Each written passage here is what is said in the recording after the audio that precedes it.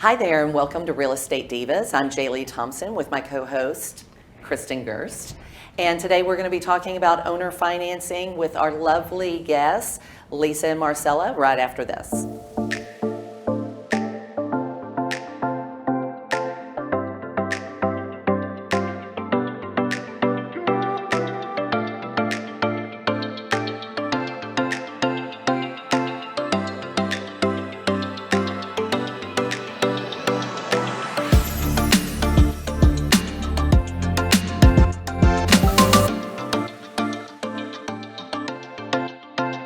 Hi there, and welcome back to Real Estate Divas. Today we have some wonderful guests that are going to be sharing some information with us about real estate investing the owner finance way. So today we have Lisa Pacholek.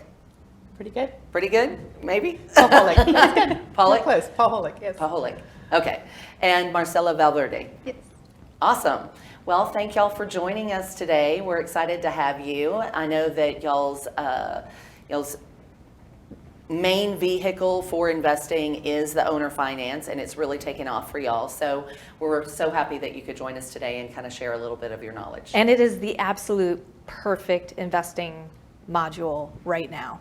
Yes. With everything going on. And credit is tightening, and when people can't get loans, owner finance is the answer. So sure. It's a great place to be right now. So tell us a little bit about you guys, your mother-daughter, which is awesome. I love that. Like, I totally love that. That immediately spoke to me because I've worked so much with my mom. So I love that y'all are working together. But what brought y'all into the owner finance kind of footprint? So we started investing about 5 years ago, and we started down the fix and flip route, and we really started to notice that it was hard to build wealth and long-term passive income by just doing fix and flips. So we started exploring different options and just kind of ran into owner finance, and we did our first one pretty early on, and it was a wrap. We bought a subject to property and we wrapped that, and that's where we kind of got our feet wet and started exploring a little bit more and realized that's definitely a great vehicle to earn passive income, just to build our wealth for the future. Yeah, for sure. When we started real estate, one of the things I heard from many, many people was that I wish I'd held more. I wish I'd kept more. So nobody said, oh, I'm too wealthy now. Everyone says, I wish I had too more. many properties. I wish I had sold more. No, you never hear that. Right. So the ability to go in and start working in owner finance where we're not having to actually flip the properties is really amazing. And I used to work also in finance or housing finance in Latin America, and being able to give somebody the opportunity to own a home that doesn't have access to traditional credit was something that really spoke to me as well. And that's one of the parts that we love, is working with our end buyers and getting them into a property that works for them.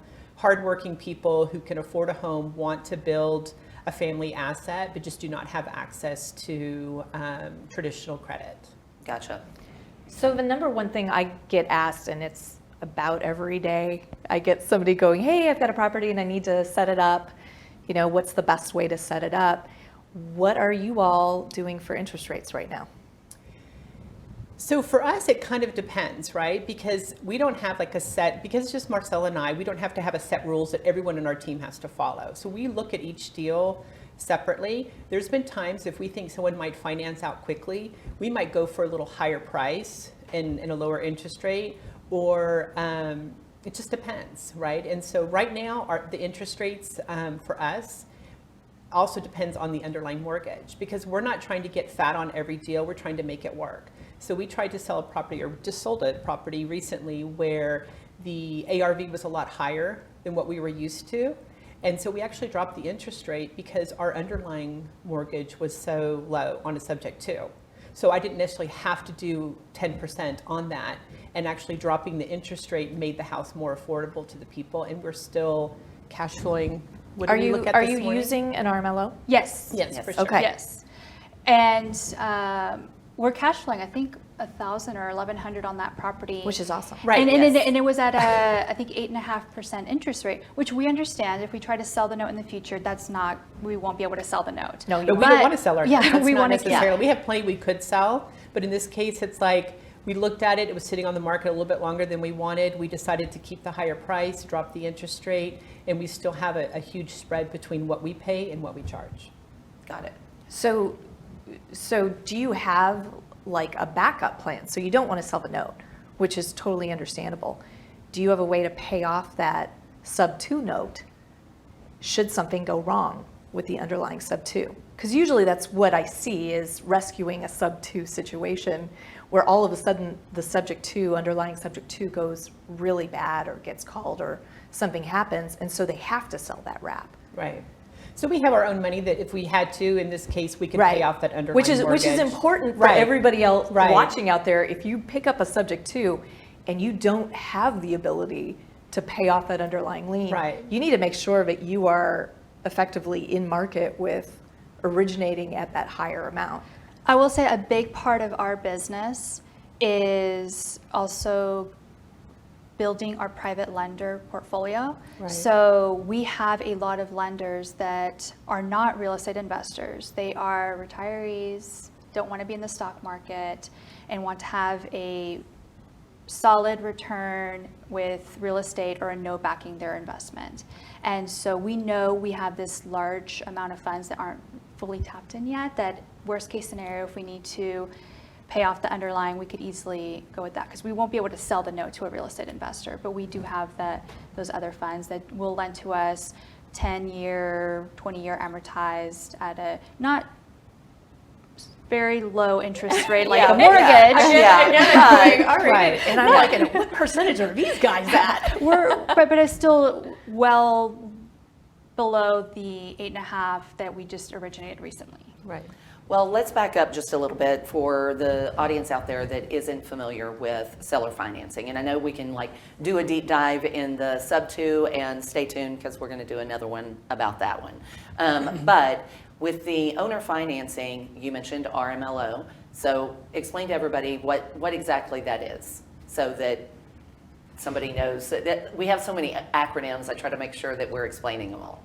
Do you want to go with that one? She works with RMLO directly. So we use it's a registered mortgage loan originator, and basically they are the ones that are qualifying the final borrower. So they're gathering all of the documents, the bank statements, the proof of income, tax returns, everything, IDs, making sure that they actually do qualify for the mortgage. So even though I am the one selling the home, I am the lender, this is the second person looking at everything, making sure that we're staying compliant, following Right. all state regulations, federal regulations, to make sure that the loan is A qualified a mortgage. qualified Right. mortgage, and that they can afford the home, and we're not putting them in a situation where they're going to lose the home in the future because they really could not afford the home. So here's another question that I get all the time. How many mortgages can you do a year without an RMLO? Each year, in our case, we just are using it, right? We're Yeah, using yeah, an yeah. RMLO every time, even if this year we were only doing the 3. That's the We're correct still answer. doing it. The correct Right. answer is Always. you have to use an RMLO every single transaction. Right. Yep. But they do say something about 3. So I hear 3 often. So can you let us know? I'd like to know who they are. Because I've heard from people going, oh, I heard I can have 5, do 5 a year. And I go, who's telling you this? Because, I mean, January 1st, 2014, you need to use an RMLO. Now, how many There's files tons do of I it, yeah. see without an RMLO on them? Right. Tons. And these guys I know are originating more than 3 or more than 5. So, yeah, again, it's one of these things that it just becomes unqualified paper. Right. It's an unqualified mortgage. But it's pretty scary too with the new law that you can go back and have to unravel potentially years worth of payments and return that to And your down your and their down borrower. payment. Right, and so you could really lose, especially if you've already spent that money. Yeah. You could be in a really Really bad bad place. position financially. Correct. Absolutely. I agree Right. with you. I'm not sure why people risk it, but they do. It just, you hear it all the time. That's why, like, I know that 3 comes up or the 5 comes up often. I just don't know exactly where, and people tell that to me, so they just. I think it's something that one person made up, and then somebody goes, oh, well, that must be true. That person said it. Well, But all the time, bad information gets passed around, Right. all the time. But really just to protect yourself and to protect the asset is get with a company that can take care of this for you. I mean, so you're compliant, so everything is on the up and up. Well, and I also love RMLOs because they are going to get you your top interest rate that you can sell that property for, Right. which is 6 points above prime if you're doing a 30-year fixed mortgage. 6 points. Right. So right now, most things are being originated around 12%, Right. which is, sounds absolutely crazy to people. They're like, who's going to spend that? There are lots of people that spend that. I'm sure that y'all can attest by who you've sold to is the different clientele that you have out there. Right. Some people, they can't qualify maybe because they're international and they have an I-10, they don't want to go I-10 Right. way. And then I've met doctors who couldn't qualify for a loan, because they just don't pay on time. Right. They got cash. Or if you're self-employed, you Or have self-employed, to work for several years, have some solid books in order to take out a regular traditional loan when you're self-employed. And that's just getting harder. Right. Every month that goes by right now, credit Yeah. is tightening, so that we will see more people that have a huge amount of cash and have the monthly income Right. to support the payments, but cannot purchase that house for whatever Or reason. as self-employed, you're also trying to expense as much. So you are trying to show the IRS that you're not making a lot of income. Well, that doesn't make that you. doesn't that doesn't make you very attractive for a loan. Yes. And at the same time, when we work with an RMLO, we pass that whole part off. So we do some pre-qualification ourselves. We don't just turn every buyer over to an RMLO and say, hey, are these people qualified? We talk to them, we look at their situation, we want to make sure they have the capacity to pay. In the end, it's our money. We don't want to lose it. And so we want to really understand that we are selling the home and financing the home to people who could afford it. So what does that look like? Let's start with the property itself. What do y'all look for when you're looking for your owner financed properties? So we've had the most luck with properties right now that are around $200,000. That's one. We also work with a lot of our buyers are contractors. So homes that have work that needs to be done, but that can be livable right away, but has work that needs to be done. That's kind of a sweet spot for us. So we might go in and do some basic stuff, like maybe some foundation repair or something where we know we can do it a lot less expensively than others. But that's one of the big things. We have had tremendous luck with mobile homes on acreage. Those just sell like hotcakes, right? And so that's something, and also in areas outside of the Dallas area. A lot of our stuff is within an hour, hour and a half. We try not to go more than an hour and a half out of Dallas, although we have when it's a really good deal. So y'all get the deals. Are they mostly off-market deals, or do you search the MLS as well? Definitely off market. Got it. Most of them are pre-foreclosure, so we're going in and we're helping people purchase the house before it goes to auction. We've had some probates as well. Homes that people would not be able to put on the MLS. Yes. Are you sending out your own direct marketing, or are you using a lead generator service? Well, so we really aren't doing a lot of marketing right now.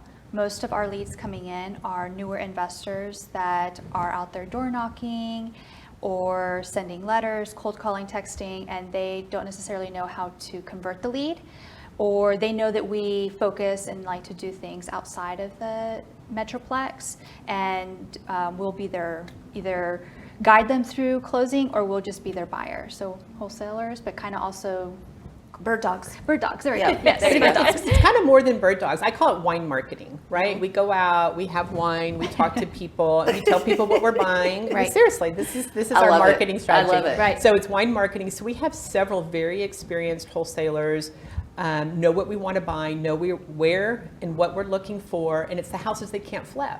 Because if a house, especially a house, I don't know how anyone flips a house where the ARV is 125. Yeah. It's just the absolute amount of profit on it is just not worth my time and probably not worth a lot of people's time, but that's a perfect house for me. So we're looking at those houses that we've picked up houses recently, 50,000, 89,000, 100,000. Most people aren't flipping that. Or sometimes the margin's not there to flip the house, right? So we're able to pick up those deals as well. So it's not just, there are a lot of newbies, a lot of people learning that bird dog for us, but a lot of experienced investors as well. Y'all could literally trademark that, wine marketing. Yeah, I haven't heard that one before. Yeah, I love it. I love it. So once you have decided, all right, this is the property, we're going to go ahead and take it down, do you already have a buyer's list? I know a lot of people talk about, yeah, I'd love to do owner financing, but then how do I find those buyers if I'm not, if I'm not getting with a realtor and putting it on the MLS as, owner financing available, blah, blah, blah. I mean, I know there's other ways that you market that property to your buyers. We talked about it in the beginning about having a buyer's list, and we tried to track that a little bit, but we have properties all over the place. We've got a property right now in Glen Rose, which is way far away from here, so I don't want to go there anymore. We have properties in Kaufman. We have properties in just all over, right? And so what people are looking for and in the different areas, because we're picking up those deals all over, we've done properties in McLennan County, down in Waco, and so we don't keep a buyer's list. One of the absolute best ways for us to sell our houses owner finance is literally to put a sign in front of the house. And around the Dollar General, the gas stations, that is the best thing. Facebook was really good until they changed until 2-3 months ago, and now I used to post a house on there and get like 100 messages within the first few days, and it was already sold. But it doesn't work anymore. And in certain neighborhoods, one of the first houses we sold owner financed, put a sign up, and before I could even get home, my phone was just blown up. Yep. The next morning, we said we'd go out there and show it. While we were showing it, I asked my son, I'm like, hey, can you just haul like some of the trash out of this house? Because it's like, there's a lot of trash in here. It makes it hard for me to show the house. And he saw somebody writing down the number, and he went and said, hey, my mom's inside if you just want to go ahead and look now. They came in and bought the house. We literally sold it in less than 24 hours just by putting a sign up in front of the house. Yeah, signs work. I tried to tell that to a newbie investor group that, they work in a different industry entirely. And I was like, hey, bandit signs, they work. They're like, those work? And I'm like, yes, they work. Yeah. I mean, sometimes we have to strategically put them up, right? So we put some up this last week before we went on a trip. It's like, oh, that was not good timing, right? Yeah, because then you're like, you're answering the phone all the time. Right, Yeah. right. Yeah. And even doing the signs, I had someone look at me once like, why are you writing the sign like that? Don't you have like a nice, I was like, no, I want it to look homemade. I want this sign to look Absolutely. That is 100%. Right. The sloppier of a sign, right. those are the ones, I would just scribble something because I had 2 seconds. I'm like, okay, I have 2 minutes. I can put one more last sign out. And it's like, blip, blip, blip, blip, blip. And I'm like, God, I can barely read that. Stick it It's in. fine. As long as That you can one read the is the phone one number. that you're Right. going to sell the fastest. Right. But also good tips, never put your real phone number on there. Oh, for sure. Yeah. We Google. use CallRail, and we have multiple numbers. Every single property we sell has Its own a separate phone number, and that way we know. That way you don't have to say, oh, which house are you calling about? Right? Because that kind of sounds Sketchy. Maybe so, right? So we know exactly where they're calling from or which house they're calling about. We can start giving them the information. Typically, we've learned the lesson. We tell them up front what the down payment's going to be. That'll end up weeding out a lot of people. We don't have to sit there and explain everything about the house. Right, yeah. In the beginning. And so how do you determine what your down payment's going to be once you have acquired the house and now you're like structuring, this is the way we're going to sell it? So we stick to 10%. Okay. For sure. And that is really one of your best indicators that someone's going to be able to pay you. And that's experience I have from owning a car dealership, a buy here, pay here dealership, from doing microfinance in Latin America, that skin in the game from your borrower is the number one thing that's going to show you that they can pay. And we have a lot of people say, well, we have, 5,000. No, sorry. Nope. We're 10. hardcore on that, right? Which is very, very good business. And then we also, we will play with that too. People like that. Say, well, if you give us a little higher down payment, then I can actually reduce the price of the house as well. And we've even gone like dollar to dollar, right? Give me $5,000, $10,000 more down payment, and I'll drop the price of the house by $10,000 or $5,000. Wow. It Nice. only depends how we purchased the home, Right. if it made sense. So Exactly. we have to look at the whole picture of how did we acquire the home, what's our underlying, is it a private investor, sub-2, or our own cash, which we've done some of them with our own cash. Right. So it kind of just depends on the whole deal. Well, and the other thing you can also look to do is to give them a 0.5 point reduction on their interest rate.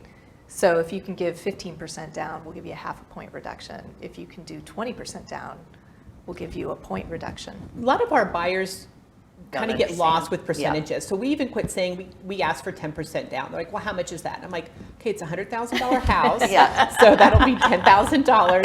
So I got tired of saying that. So now I rarely say we require Percentage. 10% down. You I just- just say it's a $10,000 down payment. It's a $20,000 payment, $30,000 down. And that's, I like that's that. what I do, Yeah. right? It saves a Keep lot it of simple. stress. Right, keep it Yeah. simple, for sure. So whenever you're vetting, obviously that first phone call, you're like, all right, well, it's going to be $10,000 down, and then that's going to get rid of half the people that called you. What else do you do as far as vetting them once they decide, okay, I've got that money to put down, I can move forward? What is y'all's process? So we first start talking with them, and we want to understand a little bit about what are they paying now? Where do they live now? Right? We qualified one person where their rent was like $1,000, and his soon-to-be wife was $1,000, and it was going to be, they paid $2,000, and we look at what their expenses are.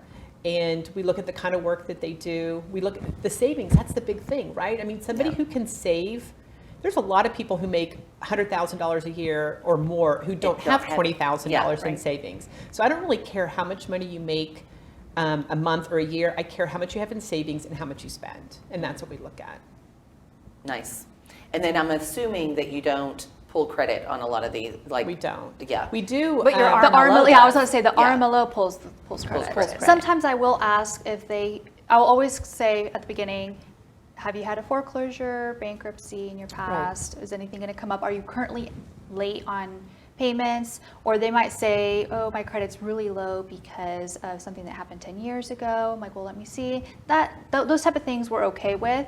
So we will sometimes ask them just to send like a screenshot of Credit Karma and just explain why their score is that low. But then we just pass it off to the RMLO. Got it. Nice. Is there any credit score that you won't go below?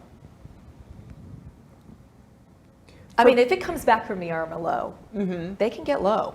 Like I've seen one that was 370 before. I think when someone has that low of a credit score, they have more recent stuff. So I don't want to see a lot of recent issues, right? I don't want to see recent foreclosure. I don't want to see current past due bills. So I don't know that we've ever told anyone no because of their credit score. I don't think we've ever had a 370. Right. I don't think it's ever. But It's come never in, been that if low. you get to that, if you get to that point, right? So what would you say no to that? I would see. I don't care if Sears, Rent-A-Center, whoever hates them, as long as their previous or their current landlord loves them. So if they've been renting for 5 years and they've paid their rent the first of every month and they've got great rental history and plus the savings, right there, that tells me Right. everything. Because that tells me that they're going to keep a roof over their head. They might not have a cell phone. They might be eating meager, rice at every meal, but they are going to have a roof over their head Right. by candlelight, but they'll have a roof. And again, usually somebody who has that down payment doesn't have, a currently really bad credit score. Yep. That's Not what always. I've seen. Sometimes. Now, the nice thing is, depending on what and I prefer I-10 buyers as well, non-U.S. Right. citizen buyers, typically they have no credit. And I'd much rather see no credit than see Right, something and that's low. basically what I was saying about a lower rate. A lot of times they don't have a good score because they just don't have Yeah, credit at exactly. all. They don't have a history. Exactly. So how many because I know anytime I talk to somebody who is not familiar with the owner financing process, they're like, well, no, I don't want to do owner financing because, what if they don't pay? What if I get the house back? And I'm like, what? Great. Why is that? Why are you worried about that? Like, Right. don't be worried about that. Obviously, the eviction process and everything, you need to make sure you've got money for that sort of thing. Have y'all gotten the houses back? Well, so we've been very lucky in that we haven't yet. Or smart, depending on how I you don't want know. to. Smart. Well, kind of. So, so we have one house that I qualified the borrower based on rental income, and COVID happened, and she was her own property manager, so she was not persistent, and just everyone stopped paying her, and she could no longer pay her mortgage. So she stopped paying us last year in August. She still owns the home right now. We started the foreclosure process, and she's a serial bankruptcy filer. So she's kept the process going. But with this deal, our underlying lender, we kind of had a JV that if we're not getting the income, you aren't getting the income either. So it's been very good for us because he's not getting his monthly payment. I will say this partner is a family member, so it's a little bit different, Yes, and we have more yes. flexibility. But we didn't know COVID was going to happen, and we didn't qualify her as well as we should have. And this was probably one of the only homes too where she didn't have the full down payment and closing costs, so we rolled in her closing cost into the down payment, so it really wasn't the full 10% Got down it. payment, and that should have been our first Indicator. indicator that that she she's- was not really truly qualified. So we do have that one. We have not received a payment for a year, so I do want to clarify something about that. With our investors, if our end buyer or our renters are paying us or not is irrelevant. We are still paying our investors. Yes. And so in that case, we had been paying our underlying for almost a year, and we were talking about the foreclosure process, and our investor was like, "Oh, but you're still paying me." I'm like, "Well, yeah, because we're going to keep you whole." Exactly. And, Right. And then he's like, "Well, don't worry about that. Let's just put it on hold until you guys figure out the foreclosure process." But that's something you have to think about. If you have renters Absolutely. who aren't paying you, you have buyers who aren't paying you, you still need to pay your underlying mortgage if you've done a sub-2, and especially if you have private investors. You don't The want to burn quickest that way to bridge. blow that Don't up burn is that to burn bridge. those bridges, because Right. most of those people, the people who are investing with us, and we have multiple people, private investors, they don't know a lot about real estate. What they're investing is us. They trust us to take care of their money, and so we continue to pay them regardless of what's happening with the final buyer or the rent. As you Absolutely. should. Right, exactly. As you Right. should. Well, I know that there for a while, and I think this was, they came down harder and kind of cinched up some of those laws and regulations, but there were several brokers, investors that did some pretty, that stopped paying that underlying mortgage, and then it goes into foreclosure, and they, now you're ruining somebody else's life. This is a sub-2 situation, Right. but, you stop paying that, you're burning massive bridges, Right. you're destroying, you just lit a bonfire. It's just, and And it's a also small legally, also legally now you're in it. well, So, that's why the laws are changing. yeah. And beginning of this year, a lot of things came up for wrap loans, and now it's more restrictive. But luckily, it came out where it's still favorable for people that are doing it the right way. If you were doing legally. it the right way right in the way. first place, Exactly. then the new laws that came into place, or the doesn't- new They law, didn't even the affect new you. things, Yeah, it didn't no, they affect were- us, Yeah. whatsoever, for Right. sure. Well, it's just a Right. way to weed out the bad seeds. Like, let's just go ahead and get rid of that. Right. you And know. you have to know how to purchase a property subject to. And just because you close at a title company doesn't mean that you're papering up the deal to protect your seller.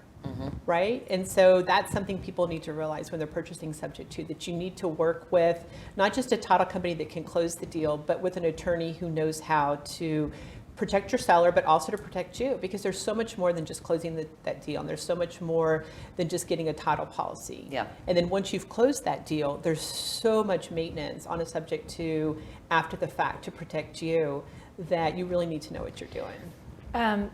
Going back to your current headache, what would you give as the best advice when somebody does file bankruptcy on you? Well, I would take a step back before that and say that I think you need to be more proactive we kind of got sucked into this one a little bit where, you know, we felt bad for her. We were listening to some of her things. Now that we go back and look, we realized that she had been lying, and we waited too long to actually start the foreclosure process. And I think for us now, we won't wait that long. Well, and I think that's part of it is because you do have empathy, right? Because I've been there with renters before. You Right. have empathy, you're trying to help. You're not, you know, you don't want to be You're cut not and a dry. monster. Yeah, Right. you're Right. trying to help somebody out and you're trying to be understanding. But there comes a time in that situation, and it usually comes after you've been burned once. Right. You know, is you realize, all right, this is the defining line. I've been through what you all are going through right now. I mean, it was 2009. I have never filed foreclosure since. I just don't do it as a rule. I do cash for keys. Right. We tried that. And this person, now that we've looked at her and realized, because we actually had someone bring us a deal, say, hey, you're doing owner finance, we've got this great deal, this lady's selling it, it's going into foreclosure. And we look at it, it's like, oh, That's our deal. no, that's the lady who we're foreclosing on. And so it's a very small world. But it was her rental property, one of the rentals that I qualified her for. Right. That was We know her. We Yeah, know her. we know her. Be careful, Wow. tread lightly, because she will tell you all kinds of crazy stories. And I'm sure she's one of those, people are going to be door knocking her this week for sure. And I'm sure a lot of investors, especially newer investors, oh, those owner finance people, they're taking advantage of her. So telling here's, all these here's terrible another stories. here's another lead into people I won't. I hate selling to attorneys, but I hate selling to real estate investors. Yeah. Like Right. if you're going to owner finance, I won't owner finance to a real estate investor anymore, because I had the Greek, that crazy guy, Yeah. from like, it just always goes bad. Right. Right. And then they know, I mean, you hope they don't, but a lot of times they'll know like the ins and outs and know that they can keep their property for for a while, right. a while and get away with it. But you did ask, what did we do as soon as she filed for bankruptcy? And we sought legal help, right? Good. And then once we sought legal help, they also were very clear and said, we need to stay on top of this. So when hearings were there, dismissed, not showing up, we were right there ready to move each time. And so we are online paying attention to that and doing the best we can to be right on top of it. How many times has she filed? She's filed twice. Twice. And she already threatened to file again, because we called her, now that the bankruptcy got dismissed, the second one, we called her and tried to do again, Cash for keys. And she's like, well, my attorney said I can file for discrimination bankruptcy. And I was like, and what are you going to, what? That's not a thing. What? I did have to call our attorney. I'm like, Is this a thing? the thing? Is this a thing? He's like, no. He's like, she's just a serial bankruptcy filer. And I hope she can't file again. I don't know. We have a sale date for December, so we'll see. Well, you know, the one important thing that a lot of investors don't know out there, you cannot just have any old real estate attorney Right. for bankruptcy court. You Right. have to have somebody who's licensed in federal bankruptcy court. So when you're searching your attorney, if somebody files bankruptcy on you, because I didn't know that, you know, you're thinking, okay, how hard can this be? I'll show up at the thing. No, you won't. Right. You know, I ended up having my lady file 3 times. Wow. So So did it y'all is. start, just to be clear, so one, for everybody out there that's listening, be more proactive, you know, Right. listen to the signs and kind of cut off that empathy, you know, try to switch that, you know, turn that knob, cut off the emotions a little bit. But once y'all decided, all right, we need to go ahead and file for foreclosure, y'all filed for foreclosure and then she filed for bankruptcy, or vice versa? We filed to take back the house, and then she filed Filed for for bankruptcy. bankruptcy To at stop the it. last Yeah. minute to stop The it. day Yeah. before foreclosure. In fact, like at 8 p.m. or something. And that's the one thing I hate when you actually go to file foreclosure on somebody, because even a non-savvy borrower all of a sudden gets 50 pieces of mail saying save your house by Right. filing bankruptcy. Right. So they get all of these, you know, ambulance chasers, Right. basically, but for bankruptcy court. And they don't realize that all they're doing is postponing it. You know, many of them probably think they can totally not have to pay, and then they're just Right. postponing the inevitable. Meanwhile, she's living in the house too. Yeah. So. Yeah, I mean, it's serving its purpose for her, Right. so to speak. But, so now you have the sale date, and as long as she doesn't file again, fingers crossed, then she'll You'll take it back. Yeah. Right, take it Yeah. back, but then Good. you probably have to go through an eviction process as Yeah. well, right? It's not like the day that the house gets sold, she just says, oh, okay, bye, and packs up and leaves. So there'll Exactly. probably still be some negotiation there of making sure that the house doesn't, you don't want someone leaving your house angry. They're No. already going to be upset, Yeah. but you don't want them Or, leaving. or in my case, selling out all of the mechanics out of a house. Right. Having a yard sale, they came and cut out all Well, of the and wire, I all would- of the plumbing, Oh the my HVAC. Well, I will say with like because there's always those horror stories, right? There's always like somebody getting super mad and trying to destroy the property as much as they can in a short amount of time. But one, that you can prosecute that, but also once that property is back in shape, then you're turning around and you're selling it again. Absolutely. And you're still money ahead. And yeah, exactly. And so that's one of those things that whenever I explain the seller financing and people are like, what if they destroy the property? And I was like, and you get it back, you Right. fix the property, and then you sell it again. Rinse it. Right. How much I mean, more are you going to be able to sell this property for compared to what you sold it to her? Because you sold it to her pre-COVID. Right. And we've had, I'm guessing where this is located, but I'm assuming at least 20% a year So in appreciation. probably 100,000 more. Wow. Yeah. That's amazing. Right. So right there is So- just another plus for the owner financing Right. strategy. So you just have to be smart about it. You have to get legal help. You have to take your ego out of it, Mm-hmm. right? Because I'm just going to go teach them. I'm just going to go there and tell them this. Like, no. No. You're going to wait. You're going to do the process, and eventually you'll get the property back. And you have to have the cash to be able to Withstand to something withstand like this. something like that. Correct. Exactly. Right. And I think too often, as we spoke earlier, too many people think that they can, just because there's so much out there saying you can do it with no money, there are certain aspects of this stuff that you can do with very little money, but in order to be prepared for what happens later on, you need money. Right. I mean, for us, You our have to have ideal access. situation is whatever we reinstate on a sub 2, we're going to get that same amount back as a down payment. So we love zero Yes. cash in deals. I mean, Yeah. those are the best, right? Yeah. Very much love it. But that doesn't mean you can't have, you have to have cash still to continue on with that and make sure that all your deals are Well, going you still got well. to have the cash to pay it off the first. I mean, it's great if you can line that all up and do a simultaneous close Right. and have the money coming in from your end buyer and Which we've done before. yeah, Right. which we you- have. but Those you are a can little or- stressful, but yeah, for me, I like to get in quickly. Usually it's last minute. Mm-hmm. Some of our best deals we're buying on Wednesday, Thursday before Tuesday foreclosure. We're reinstating it. Mm-hmm. We're closing as fast as we can, and then we go find our buyer. And how important are all of your vendors? Because I know relationships we talk about all the time. Network. It's the people who out there that know how to do the things that you don't do. So your title company, was it your mentor that turned you on to like the title company and your other vendors that help you, your attorneys? So definitely vendors are super important, Mm-hmm. right? We work with, can I say names? Yeah, absolutely. Have at So it. we work with Nicole McGuire Mm-hmm. at Independence Title. Love her. Close a lot of deals with her. We also work with Catherine at Alan Cheshker's office, Mm-hmm. especially anything that gets a little crazy. We need some extra legal support on. So keeping those relationships good is super important. And then also just the people that we surround ourselves with now in real estate. We're constantly learning. And I think one of the most important things is just to check your ego at the door when you start real estate. Be open to listening to what other people are doing, learn from them.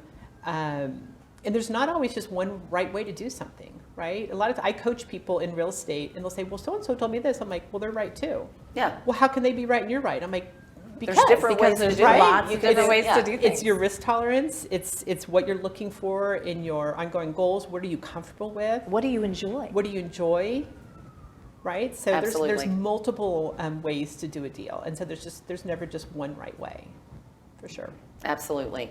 Well, I find that more and more, and we've talked about it a million times. We just got through talking about like just the constant education, the networking Right. that you do, the constant education, because there's also always new regulation and there's new things to learn, a new strategy that might be out there that would be more attractive than what you're doing currently. There's Right. just, Or the market shifting. or the market shifting. Right. Different Exactly. strategies are now going to be more prominent. For a while, it was really hard to get a good substitute deal within the Metroplex because Or a foreclosure, or That's a true. pre-foreclosure. Yeah, any- Right. Because any of why that. why would you be able to get a pre-foreclosure when they could just stick it on the market and sell it Right. Yes. in a day? Right. And definitely over the last 2 years, you could have made a lot of money in real estate without knowing anything. When you buy a house and it goes up 20, 40, Don't- 50, $100,000, it doesn't matter. Don't get you started. Yeah, I love the brand new flippers who came out in like the last 2 years, and they did everything wrong flipping Right. that And you house. could But still make made money. Right. But they Still made made it. money. They made. Oh wow, I'm great at this, right? Right. I've already Real done estate's it. easy. Yeah. They might have And a then all of rude a sudden it awakening. gets a lot harder once you get back to, you can't sit on a property for a year that you're rehabbing for a year and make more money than what you anticipated.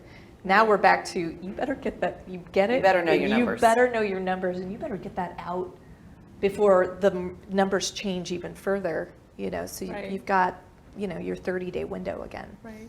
Definitely the network that we have, I think, is awesome, has really helped us. In any day, I probably talk to at least 4 or 5 investors. One day somebody asked me, and I counted on my fingers, I talked to 10 today. Wow. People call me, ask me questions. I call them and ask them questions. Sometimes I already know what I want to do, but I've got a couple friends around me who's like, you know what Bounce to it do, off. just do Yeah, this, right? yeah. Because when you own your own company, except for Marcela and I, we bounce things back and forth constantly. But it's good to have those people that you can just say, hey, let me take a step back. Because sometimes you get emotional about something. You bought a house, you flipped it, you've got so much involved in it, you've got a partner, not sure how to deal with that partner. And so to have somebody else give you some suggestions and help you is really important. Absolutely. I know that I've been entrenched in deals before, and you can't see the forest through the trees, right? You're in the middle Right. of it, and you're like, why don't I know the answer to this? Right. And then you just need to look at somebody else, and once I hear the answer, I'm like, Yeah. Duh. Right. how did I know this? How did I not? Yeah. But things are also changing all the time. Like Yeah. what we're buying is constantly changing. Somebody might call me this week. I'm like, I'm not buying anything this week. But call me next week and maybe I'm sitting on a bunch of cash or Yeah. I've sold something and whatnot. And so we actually buy a lot of our deals just trading back and forth between other investors. I love that. Yeah. I love that. Well, I appreciate y'all so much coming on and sharing your knowledge with us. It's been exciting. It's been very cool. And how do people get a hold of you when they need to? They When can they've call got us. a great deal. Yeah. They can call us. My name's Lisa Pacholek, and my phone number is 214-770-6227.